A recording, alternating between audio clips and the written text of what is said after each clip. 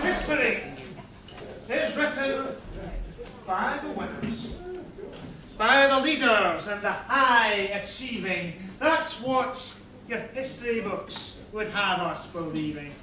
But if you read between the lines, if you look behind the lies, you find that real life, real history is not written by the winners.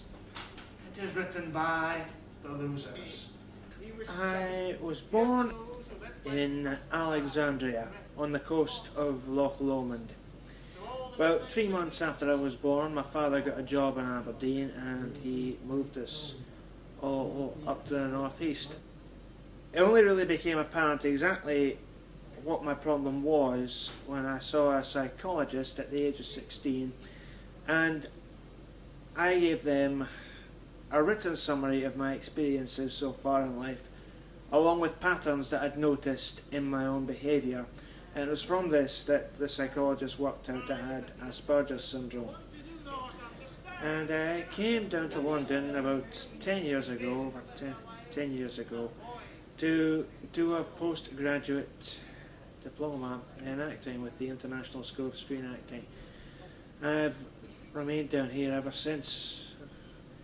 I've become an actor, poet, and I've also spoken on mental health and Asperger's syndrome for various different groups and organisations.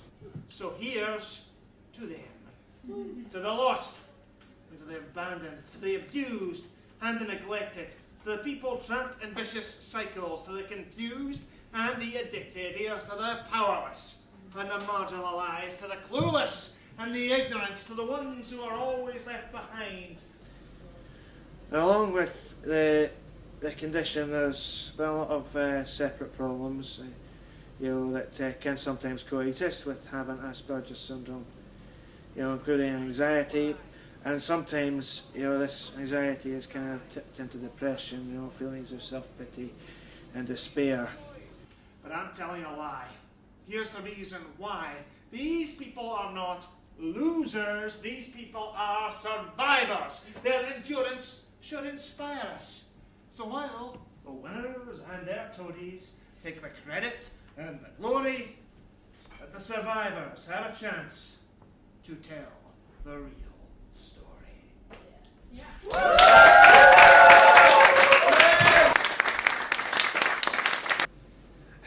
I just really enjoyed performing. I mean, doing it since it has consumed and obsessed my whole life. I really feel incomplete when I'm not doing it. And presenting a show, doing performances, I really feel like I've accomplished something. It's an activity that engages me and it connects me with society in a way that nothing else really does. I'm able to, talk to people, have common ground with people. I really don't have that elsewhere in life. And sometimes I do get anxious, even now. I still despair, with domestic issues, and I still, kind of struggle to do things that are outside me, my comfort zone. These types of problems, anxiety, depression, they can happen to anybody. And I think, a lot of us, especially nowadays, deal with uncertainty about our lives, and, this type of thing, is always going to come up. What do you think of ScotsCare offering psychotherapy to help with mental health issues?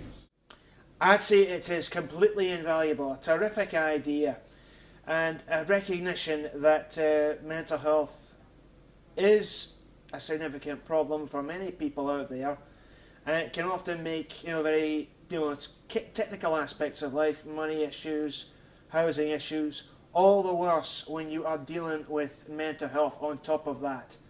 And I think it's very positive that ScotsCare have gone out of their way to recognise this and have set up a service to help people deal with these types of issues. And I think it's very good indeed.